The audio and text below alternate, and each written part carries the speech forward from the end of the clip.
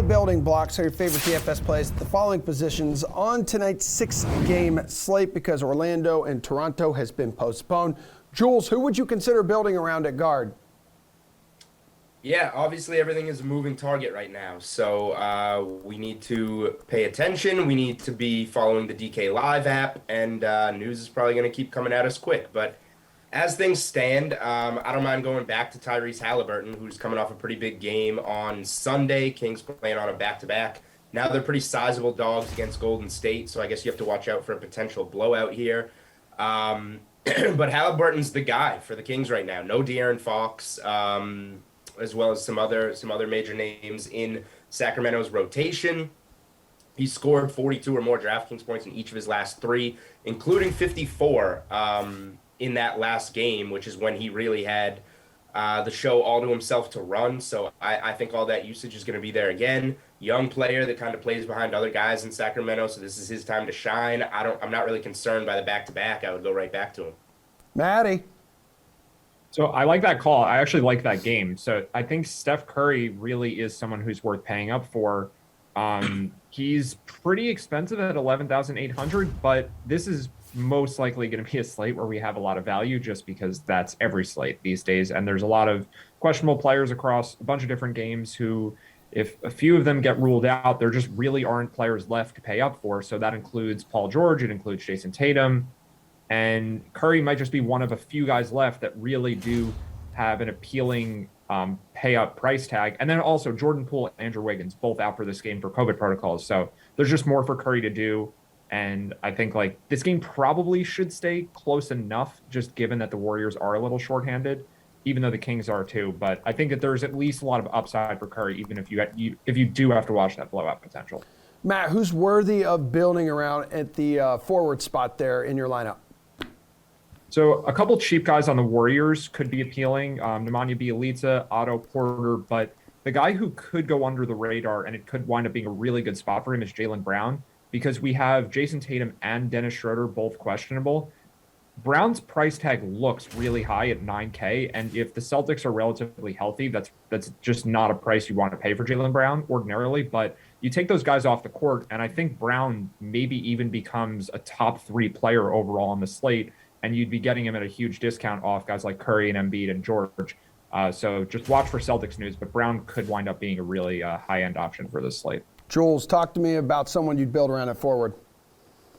That's exactly where I was going to go, actually. So I like how Matt's thinking. I was going to say, you see that Q next to Jason Tatum. I think with the Celtics so short-handed, the expectation is probably that he just kind of has to go. We're kind of seeing a lot of these guys that actually have injuries who in the modern NBA are with load management. They say, oh, take the night off. But when you have 7 guys in COVID protocol, we can't do that anymore. So guys that are questionable are playing now that would normally be given the night off. So I lean towards Tatum playing, but that's what I was going to point out. If Tatum's off the floor, or even if it's just Schroeder, there's so many guys that are out for the Celtics right now that Brown's going to have to do some serious heavy lifting. And if Tatum becomes one of those guys that's out, then yeah, Brown is going to be in a really strong spot against what is also a shorthanded Sixers team. Jules, this is when you shine, when you get to talk big and beefy. So take me to the 5 spot here. A center who is worthy of building around. Thank you, Emerson. This is my wheelhouse. I'm going Nikola Vucevic. The Bulls are back up and running after being shut down. Vucevic had a pretty solid game against the Lakers. DeRozan actually led the way for them, but the matchup against Houston, it's at home in Chicago, not a good team, and a team that really struggles defending size. I think this could be a triple-double watch for Vucevic. I think he's in a really good spot in this game.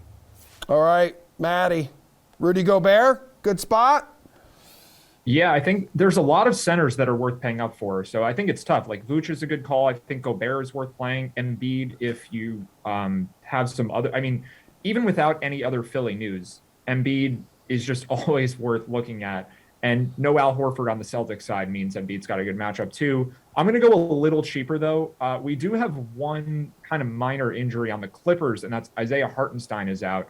And I think that just means a lot more minutes security for Ivica Zubac. And then also if Paul George doesn't play, the Clippers really don't have the bodies to run their small ball lineup that they ordinarily would. So George actually could affect Zubac in terms of minutes, but I think there's a lot of upside here. Like we've seen, if Zubac is playing really well and the game script kind of sets up where the Clippers don't need to space the court, he can play 30 plus minutes. He's only 4,900. So I think that he could be a pretty high upside guy on a slate where most of the center options that people like are expensive. I think one cheap guy, that's one spot to go. It feels like there's a lot of elite players in this slate, and really you should have no issues rostering like 2 or 3 of them. But Matt, if you were to consider building around a value play, who would you go with? So we have to watch this Philly news because Danny Green and I think it's Tyrese Maxey are both questionable. Yeah, it's those 2 guys. And they have a bunch of other players who are out mostly for COVID protocols. A couple are actually hurt. So we have Isaiah Joe and then Charles Bassey and then Paul Reed. I don't know which of these 3 guys might start or play extra minutes, but I'm basically just pointing out that this is a situation to monitor where the Sixers could be really shorthanded behind their core guys like Embiid and Harris and Curry. And then the rest of the roster might be guys that people haven't really heard of, like Reed and Joe, I think maybe are the top 2. Would not be surprised if one of them winds up starting. So I don't know which it is, but monitoring the Sixers for value, I think this is the best source for it on the slate right now. Julian, value play. Yeah, I'll go to the game that we talked about off the top in the spot that Matt was talking about, Golden State without Andrew Wiggins and Jordan Poole. I was kind of between going with Halliburton or Curry as my guard. You can obviously fit both with all the value on this slate and kind of game stack there. And then also go to the Warriors perimeter with Wiggins and Poole out. So, Andre Iguodala makes me a little nervous. He's older. They don't want to play him too many minutes, but he just had 34 DraftKings points in 24 minutes in Boston. He almost has to play more. Otto Porter could be playing more. He's a guy that I like a lot. And then maybe they let Jonathan Kuminga get into the mix a little bit more. He played 36 minutes the game in Toronto that everybody sat and looked really good. With Poole and Wiggins out, there just has to be more on the perimeter to go to, and any of those 3 names really jump out to me as good value.